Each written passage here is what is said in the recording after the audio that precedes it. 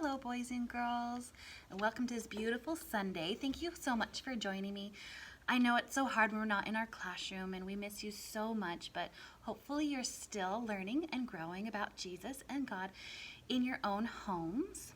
Today, our lesson is a little bit different because what we're going to do is talk about what's in this box.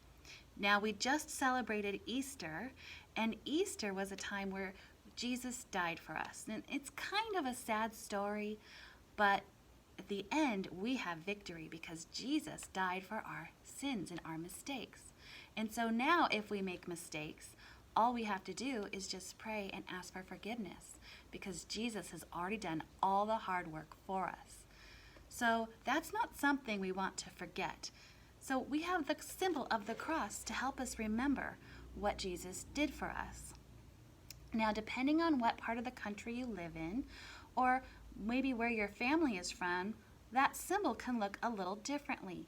So I'd like to show you what other crosses are out there that you might see when you are learning about the world.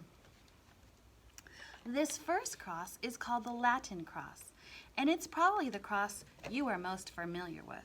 This is the shape of the cross that Jesus died on for us. Now, St. Peter also died on this cross, and the legend says that he wanted to be crucified upside down because he knew that he was not as important as Jesus was, and he wanted to make sure that he was not being treated the same. He wanted to be treated lesser than Jesus.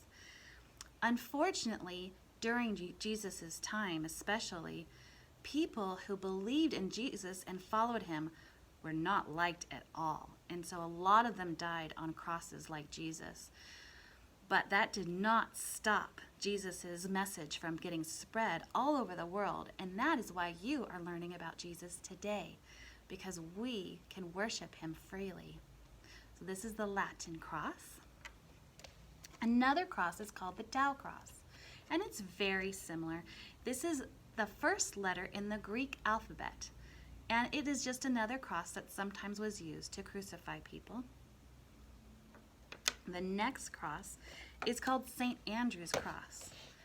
Do you notice and recognize what kind of shape that is? Yep, it's a cross shape. This is the cross that we believe St. Andrew was crucified on.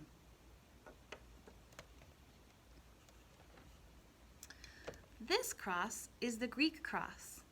Can you recognize that shape as something else as well? It's kind of a plus sign, isn't it?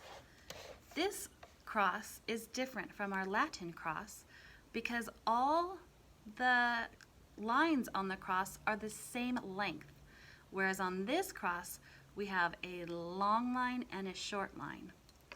So the Greek cross represented it looking like this. It has all the same lengths on the arms of the cross. This cross is a fun cross. Do you recognize this shape on something else you may have seen? Yeah, this is the cross that you will see in a lot of boats, or sailors might use this cross. It's called an anchor cross. Now on a boat, an anchor is thrown over to the side of the boat because when somebody wants to stop sailing for the night, they don't want to be moved around with the waves. So they'll throw an anchor down and it will attach itself to the bottom of the ocean. That way, when the waves come, it's kind of going to be able to keep it stable. What's fun about this cross is that is the same thing about Jesus. He is our anchor, and we will not be moved by the waves if we have a firm belief in Jesus. This cross is called the Bâtonnet cross. It is a French cross. And what's fun about this one is at the ends of each of the arms, it looks like a little bud or a button. Now this cross was used to have in armor. So in times where they used to wear the armor and the shields in battle, it was hard to tell who was in your family. And so each family had a cross that they would do something a little bit to the ends so they would be able to recognize you. If you had a big shield, a big helmet on your face and you couldn't see your face, then you could look at this and it would recognize you as being a part of your family. This cross is called the Ankh Cross. An Ankh is a symbol of life. It is an Egyptian cross, and the meaning of Ankh is actually life. And Jesus is the resurrection and the life, so it is a great symbol to remember that Jesus died for us, but he's still alive today.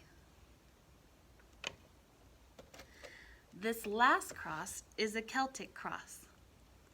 The Celtic cross has a cross in the middle and a circle that connects all of the lines through it. This circle is said to be representative of the sun.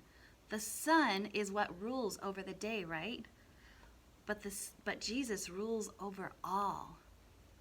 So that is the Celtic cross, the Ankh Cross, the Ankh Cross, the Baton Cross,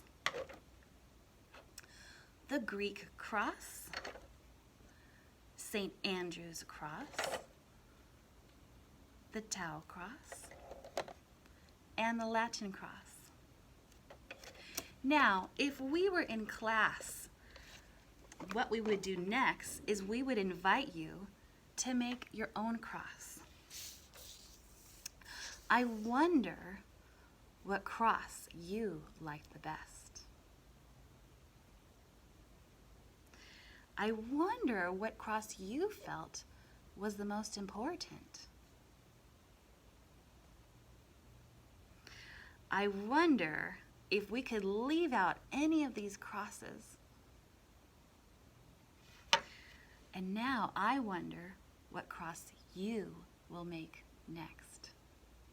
So in class, we would have been creating some of our own crosses, but we're not in class. So I'm going to show you a couple different ways that you might like to do this at home. Get your mom or dad to Google cross printables. Now you can choose which cross was your favorite and print it out. So I chose the Baton Cross, and all I did was I Googled cross images printable on the computer, and I printed it out and I cut it out. Because what you can do is get a piece of paper and trace it on to your paper. Then, this is kind of fun. If you have chalk and salt at home, you can make your own salt drawings. So what I've done is I've just taken some regular salt and I've poured it into a dish. A glass dish or a plastic dish works just fine. Just make it a small dish. You don't want to pour a lot of salt in, or else it'll be taking you a long time to make your color that you want.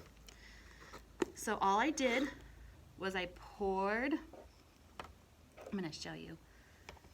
I poured some salt into this bowl, and then I took the color of chalk that I wanted. See, it's white right now.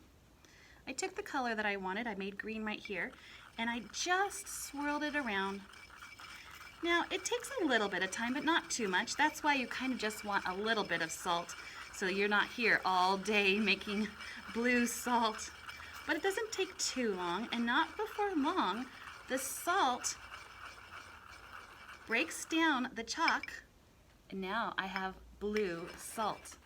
And if you want to go a little bit darker, you just go a little bit longer, but now it's not white anymore, it's blue. And over here, I made green. So what I can do now is I've traced my cross out on my paper, and I can take some glue and I can outline my trace.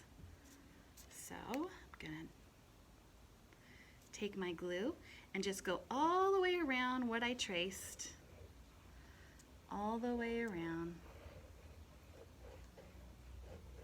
I'm doing this fast, but you guys can do it spend a little bit more time. And then I'm gonna use this salt, kind of like glitter, and I'm just going to sprinkle it on my glue. Now when I want to change colors, the best thing to do is to take it and shake it back off into the green. And then I can choose to do some blue. And depending on how many colors you've made, you can go all around your cross to make a beautiful salt cross. Isn't that fun? Now, if you don't have salt and chalk at home, because not all of you will, I want to show you one more way you can make a beautiful cross at home. Again, you're going to want to have your mom or dad Google cross printables and pick something out, whichever cross you felt was the most important to you, and print it out and cut it out. And then you're going to put it on your piece of paper. Now, sometimes it might be a little bit easier for you to actually tape it down. It might be easier to do it that way. But all you're going to do is you're going to take your crayon and you're going to start on the cross and go out onto the paper. So you're going to do that, make little lines all the way around. This is why it's a little bit easier if you tape it, because it might scoot around and you don't want it to scoot around. So you just take this and start on the white paper and go around. And it's important that you go all around the whole cross, and I'll show you why in a minute. And you can use different colors for this too. And go all around your cross. And what's going to happen is it's going to make the cross shape when you pick it up. See right there, you can see that that's one of the arms of the cross. Now, if you don't, you have to kind of spend some time and make sure you don't have too many spaces, because if you only do it like a few lines like this, so see at the top I only did a couple of lines and they're not close together. When you take it away, it's not going to really have the shape. So the lines that you draw have to be kind of close together. You can do it pretty fast though. So now that my lines are close together, now when I take away this, you can see the shape. So if you do that all around your cross, that's another fun way to have a cross project. And so I want you to think about which cross is the most important to you, which one you liked the best, and then print it out. And you can make either one of these cross projects. Or if you have some time, which you might, you can make them both. I'm almost done with mine. I'm trying to be fast. Ta-da! So there you go, boys and girls. Thank you so much for joining me on this Sunday. Thank you so much for remembering the cross and everything that God did for us. And have a great, blessed day. Bye, guys.